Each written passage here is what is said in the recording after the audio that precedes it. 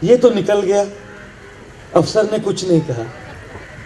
फिर जब बोतल गई मैंगो मिल्क शेक की, तो उसने उठा ली, कहने लगा 1 लीटर था मैंगो मिल्क शेक। तो कहने लगा ये नहीं जा सकता। मैंने कहा क्यों? ये कहने लगा ये तरल पदार्थ है, लिक्विड है। हमने कहा ये लिक्विड नहीं है, मैंगो मिल्क शेक है। तो कहने लगा अरे भले ही ये मैंगो मिल्क शेक हो, लेकिन है तो लिक्विड ही। और हवाई जहाज पर आप केवल 100 ml लिक्विड ले जा सकते हैं, 100 ml तरल पदार्थ ले जा सकते हैं। ये 1 लीटर मैंगो मिल्क शेक है। और उसके चेहरे पर के आप तो हाव भाव तो सोच ही सकते हैं कि बड़ी अपेक्षा आ गई उसके चेहरे पे, ये नहीं ले जाएंगे। तो फ्रेश मैंगो मिल्क शेक बस हमारा ही हुआ। तो इतनी अपेक्षा की भावना से वो देख रहा था। तो मैंने अपने मन में निश्चय किया, भले फेंक दूंगा लेकिन इसको तो जरूर नहीं दूंगा। ये मुझे ले जाने नहीं दे रहा मेरा मैंगो मिल्क शेक। इतने प्रेम से इस भक्त ने मेरे लिए बनाया है, यदि ये नहीं ले जाने देगा तो मैं तो फेंक दूं, लेकिन इसको नहीं दूं। अच्छा, कुछ लोग क्या करते हैं, जब ये एक्सरे की मशीन में जब तरल पदार्थ निकाल दिए जाते हैं, पानी हो, मैंगो मिल्क शेक हो, वही पी लेते हैं गट गट गट गट। ये तो बिल्कुल असभ्य हुआ, विशेष रूप से हवाई अड्डे पर बड़ा असभ्य व्यवहार हुआ ये। तो मैंने कहा मैं तो यूं नहीं पीऊंगा, एक लोभी व्यक्ति की तरह। तो मैंने सोचा अब किया क्या जाए, पीना भी नहीं है, फेंकना भी नहीं है, देना भी नहीं है। तब हम हवाई अड्डे के बाहर आए और एक भिखारी को ढूंढने लगे। किसी भिखारी को ही दे देते हैं। और आजकल के भिखारी तो आप जानते ही हैं, आजकल के भिखारी बस स्टॉप पर खड़े रहते हैं, भीख मांगते हैं, और भीख मांग मांग कर पैसा इकट्ठा करते हैं। बस स्टॉप पर के लोग बस से जाते हैं, भिखारी टैक्सी से जाता है। ये आजकल के कलयुग के भिखारी होते हैं कई बार। तो मैं भिखारी को ढूंढ रहा था कि कहीं कोई भिखारी मिल जाए, इसको मैंगो मिल्क शेक दे देंगे। तब ढूंढ ढूंढ कर एक मिला। एयरपोर्ट में तो बाहर भिखारी भी मिलने मुश्किल होते हैं। तो एक भिखारी मिला, उसको जाकर हमने कहा आप मैंगो मिल्क शेक पिएंगे? तो उसके चेहरे पर शंका की भावना आई। आज तक किसी ने ऐसा सवाल नहीं किया था उससे, आप मैंगो मिल्क शेक पिएंगे? तब जब हमने उससे ये सवाल किया आप मैंगो मिल्क शेक पिएंगे, तो उसको थोड़ी शंका आई। तो हमने बोतल खोली और थोड़ा हमने पी लिया और दिखाया कि देखिए इसमें कोई त्रुटि नहीं है, कोई गलत काम नहीं है, हम भी पी सकते हैं, आप ले लीजिए। तो कहने लगा हमारे पास मैंगो मिल्क शेक लेने के लिए कोई पात्र नहीं है। तो हमने कहा मैंगो मिल्क शेक के लिए पात्र नहीं तो क्या हाथ में पियोगे? तब एक बिस्लेरी की बोतल खरीदी, वो पानी जो है पेड़ में पिला दिया, और उस बोतल में 1 लीटर मैंगो मिल्क शेक तरल पदार्थ था, खाली करके दे दिया। तो भिखारी भी खुश हुआ। हम आए तो सिक्योरिटी के मन में विचार, उसके चेहरे पे अभी भी अपेक्षा की भावना थी कि हो सकता है अभी कुछ मिल जाए। लेकिन अब तो बोतल खाली थी। सिक्योरिटी मशीन एक्सरे मशीन से चली गई, अब बोतल में कुछ नहीं बचा जी। बोतल भी गई, हम भी गए, हवाई जहाज पर पहुंच गए। हवाई जहाज पर हमारे मन में एक बहुत महत्वपूर्ण विचार आया। और ये महत्वपूर्ण विचार क्या था कि जब हम हवाई जहाज से यात्रा करना प्रारंभ करते हैं तो सर्वप्रथम ये जानना चाहिए कि साथ में हम क्या ले जा सकते हैं और क्या नहीं ले जा सकते। कई बार हवाई जहाज में हमको तरल पदार्थ लेने की अनुमति नहीं होती, केवल 100 ml ले जाने की अनुमति होती है। जो भी हवाई जहाज की यात्रा करता है उसको पहले तो पता होना चाहिए कि साथ में क्या जाएगा। यदि वो नहीं जाएगा तो पीछे छूट जाएगा। तब हमारे मन में ये विचार आया कि जीवन की यात्रा जब समाप्त होती है और जब मृत्यु सामने आ जाती है और हमारी हवाई जहाज की, आत्मा के हवाई जहाज की यात्रा जब प्रारंभ होती है ना, तो यमराज के सिक्योरिटी वाले खड़े रहते हैं। वो भी कहते हैं भाई ये आपके प्रवास में नहीं जाएगा, आपकी गाड़ी नहीं जाएगी, आपके बंगले नहीं जाएंगे, आपका पैसा नहीं जाएगा, आपका शरीर नहीं जाएगा, आपका परिवार नहीं जाएगा। ये सब इस एक्सरे मशीन से छोड़ के यही छोड़ के जाओगे। तब तो निश्चित रूप से सवाल उठता है कि क्या जाएगा? यदि ये सब कुछ नहीं जाएगा तब क्या जाएगा? अब देखिए ना, यदि आप हिंदी, संस्कृत, मराठी इन भाषाओं को यदि आप समझ लीजिएगा, तब इन भाषाओं में भी कोई मर जाता है ना, तो हम क्या कहते हैं, उसका निधन हो गया। निधन इस शब्द का अर्थ क्या है? निधन, जो भी कुछ कमाया, जो भी कुछ प्राप्त किया, वो तो एक्सरे मशीन वाले यमराज के सारे सिक्योरिटी गार्ड छोड़ देते हैं, और यमराज जी तो सबके लिए आएंगे जी। ये तो सच्चाई है, जीवन की सच्चाई है कि आज तक इस पृथ्वी पर किसी भी मानव ने मृत्यु पर विजय प्राप्त नहीं की है। आज तक इस संसार में किसी भी मानव ने जो भी धन कमाया है, जिस किसी वस्तु का उपार्जन किया है, वो कभी लेकर साथ नहीं गया। ये सच्चाई है, वास्तविकता है। हमने शास्त्रों में पढ़ी है, जीवन में देखी है, अपने जीवन में इसका अनुभव भी किया है। और इसीलिए एक दिन तो इस यात्रा को स्वीकार करना ही है जी। प्रत्येक व्यक्ति को इस यात्रा पर जाना है। इस हवाई जहाज की आत्मा की जो यात्रा है, ये तो निश्चित रूप से प्रत्येक व्यक्ति को आएगी, जो भी हो। मैं हमेशा कहता हूँ, एक 60 साल की वृद्ध महिला थी, और इस 60 साल की वृद्ध महिला के 25 साल का एक जो है भतीजा था। तो जब भी परिवार में विवाह होता ना, तो 60 साल की जो बुआ थी अपने भतीजे को कहती, भांजे को कहती, यूँ कहती, कभी कोई विवाह है, अगला 13 नंबर है, हाँ बेटा अगला 13 नंबर है। अब जब ये कहती तो नौजवान लोगों को ये सुनना पसंद नहीं होता, बड़ा गुस्सा हो जाता हो। कुछ महीनों बाद उसी परिवार में किसी का देहांत हो गया, तो सब लोग अंतिम क्रिया में गए थे। तो भतीजा भांजा जो था बुआ के बगल में ही खड़ा था। अब भांजा कहने लगा, अगला आपका नंबर है, हाँ बुआ अगला आपका नंबर है। वास्तविकता तो ये है कि कब किसका नंबर आ जाए कौन जानता है। और हम कहते हैं निधन हो गया। नहीं, निधन अर्थात सिक्योरिटी जो है यमराज वाले, वो एक्सरे मशीन से कहते हैं ये सब साथ में नहीं जाएगा, यही सब यहाँ छोड़ दीजिए। तब तो सवाल उठेगा कि साथ में क्या जाता है। और इसीलिए सारे विश्व में हमने सीखा है धन कैसे कमाना है।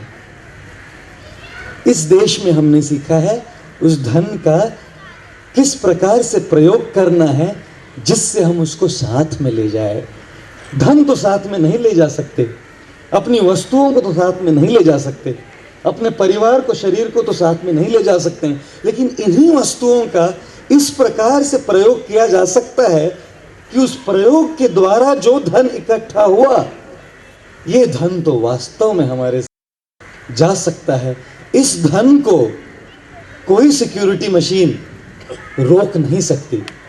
इस संसार में ऐसा कोई व्यक्ति नहीं, ऐसा कोई सिक्योरिटी नहीं, ऐसा कोई अफसर नहीं, न तो यमराज, न तो यमराज के चेले इस धन को उस यात्रा पर साथ जाने से रोक सकते हैं।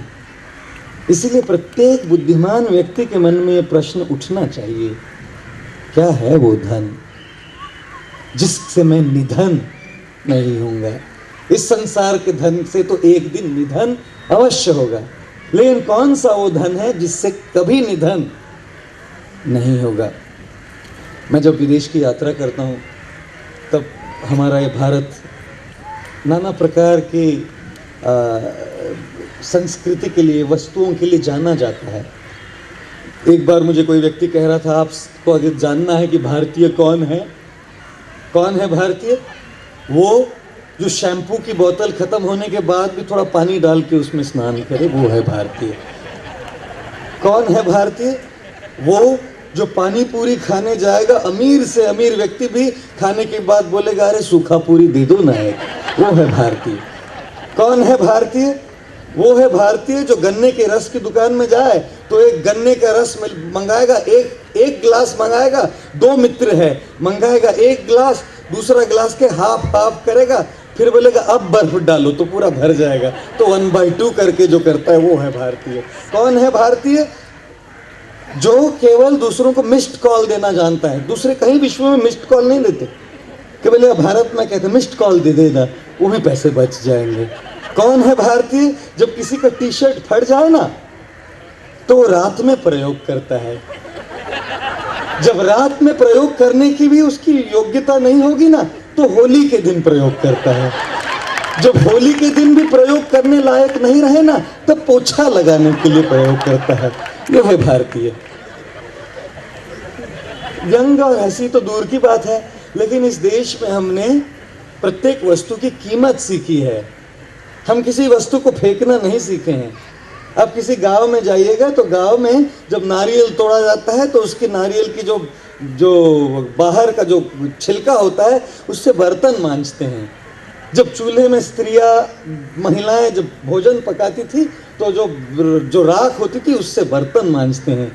दूध की थैली जब आती थी, आप लोगों को स्मरण होगा, महिलाओं को तो स्मरण होगा, आपने शायद आपकी माँ को देखा होगा, दूध की थैली धोकर थोड़ा पानी दूध में डाल देते हैं, फिर उस थैली को सुखाकर कभी तेल की सब्जी हो तो उसमें डब्बा बांध के देते हैं।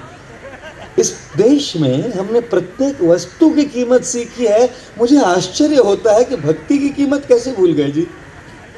यदि प्रत्येक वस्तु से छोटी छोटी कीमत हमने सीखी है, किसी वस्तु को फेंकना नहीं सीखा, तो हमारे आध्यात्मिक संस्कृति, हमारे आध्यात्मिक धरोहर को कैसे भूल गए। निश्चित रूप से भारत महान है। इस देश में हम प्रत्येक वस्तु की कीमत सीखे हैं। निश्चित रूप से ये देश महान है कि इस देश में ऐसे ऐसे बुद्धिमान व्यक्ति हुए हैं, ऐसे ऐसे संत महर्षि योगी हुए हैं जिन्होंने इस देश का नाम उज्जवल किया है। निश्चित रूप से ये देश महान है कि इस देश के आधार पर सारे विश्व में आज मनोरंजन की दृष्टि से भी ये देश महान है। मनोरंजन आजकल हिंदी सिनेमा विदेश में लोग चाव से देखते हैं। इस देश ने निश्चित रूप से सारे विश्व को कई योगदान दिए हैं, लेकिन हमारी पहचान प्रत्येक वस्तु की कीमत नहीं। इस देश की पहचान यहाँ का मनोरंजन नहीं। यहाँ इस देश की पहचान यहाँ का विज्ञान और यहाँ की तकनीकी बुद्धि नहीं। इस भारत देश की पहचान है उसकी आध्यात्मिक संस्कृति।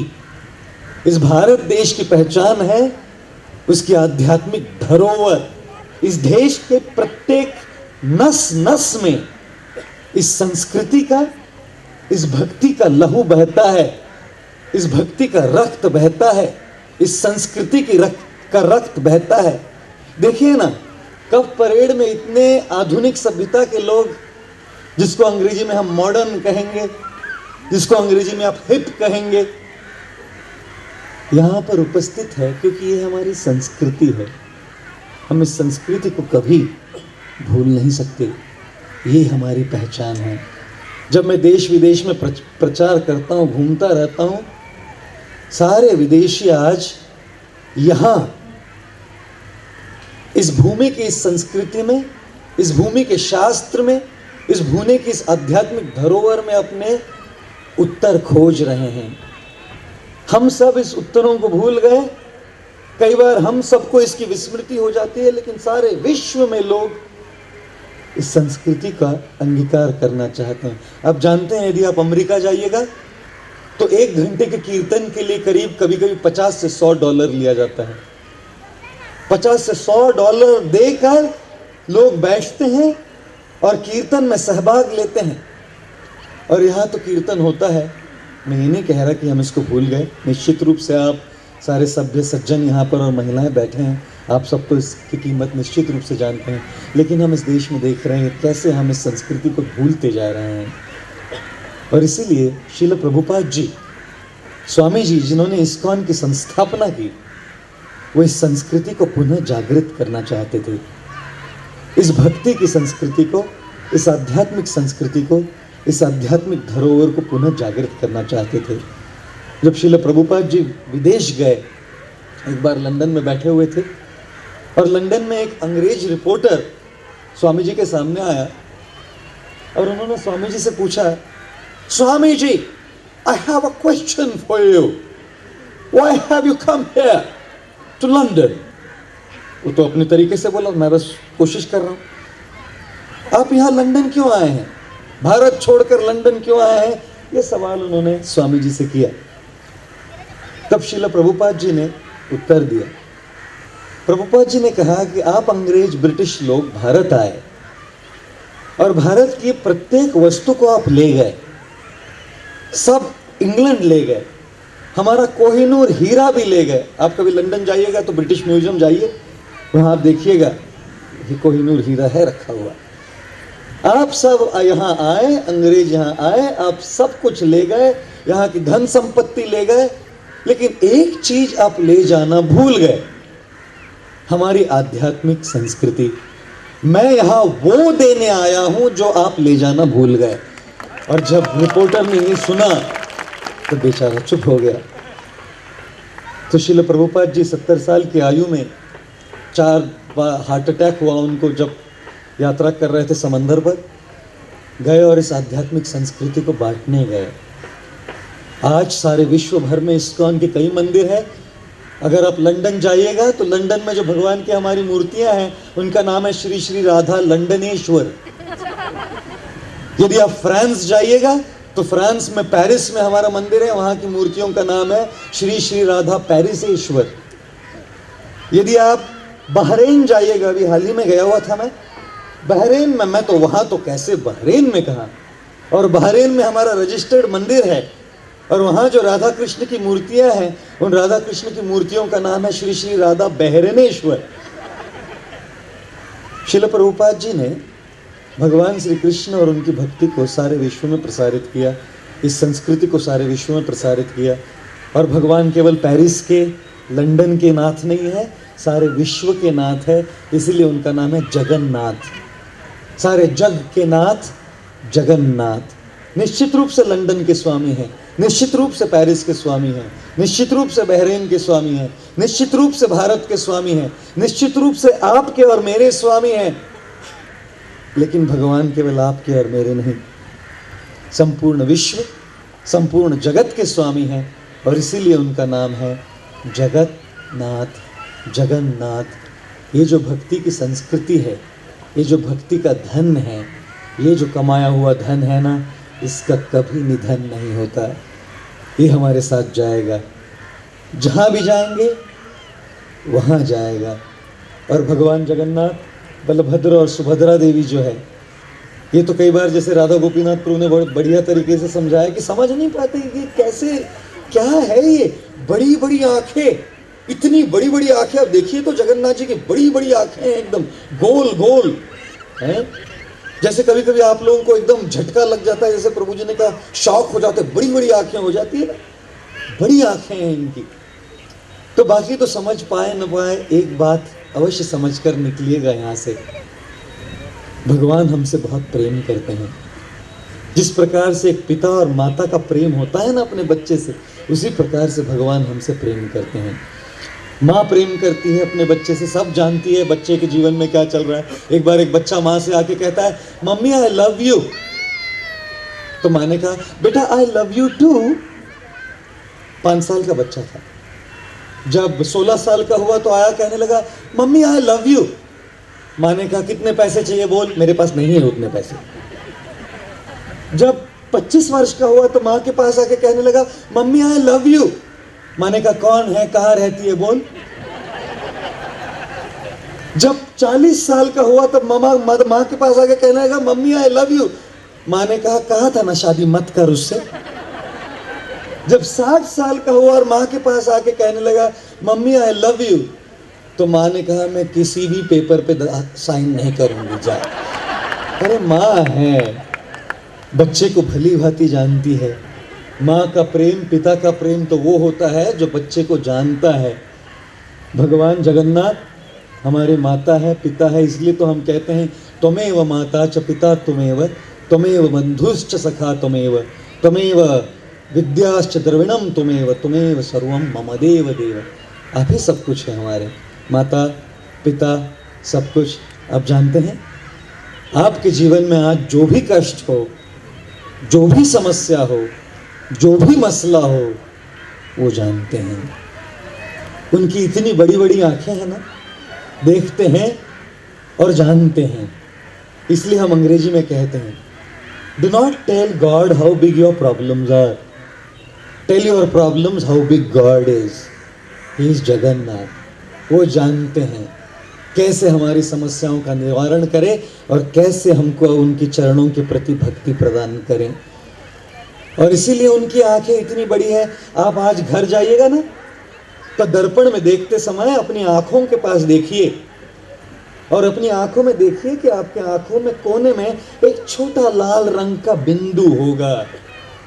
देखिएगा जरूर, ये जो छोटा लाल रंग का बिंदु है ना कोने में, वहां से अश्रु बहते हैं। वहीं से हृदय में मृदुता जब आती है, किसी के प्रति दया और अनुकंपा आती है ना, तो आंख से आंसू आते हैं। भगवान जगन्नाथ की जो सफेद आंखें हैं ना, उनके केवल एक लाल बिंदु नहीं, पूर्ण लाल सर्कल है उनकी आंखों के। और ये जो है, ये प्रतीक है कि जब अपने जीवन में कष्ट देखते हैं, अपने जीवन में समस्या देखते हैं, उनके आंख से पानी आता है। आप में से कई यहाँ पर बैठे हुए लोग माता पिता हैं और आप भली भांति जानते हैं कि यदि किसी माता पिता के बच्चे के जीवन में कोई कष्ट हो, भले ही वो बच्चा निठल्ला हो, भले ही वो बच्चा निकम्मा हो, भले ही वो बच्चा लुक्खा हो, फिर भी माता पिता के आंख से पानी बहता है। यही तो प्रेम का लक्षण है। भले ही हमने उनको त्याग दिया हो, उन्होंने हमको त्याग नहीं दिया है। उनकी आंखों से आंसू आते हैं कि ये तो मेरे बच्चे हैं, भूल गए हैं, विस्मृति हो गई है।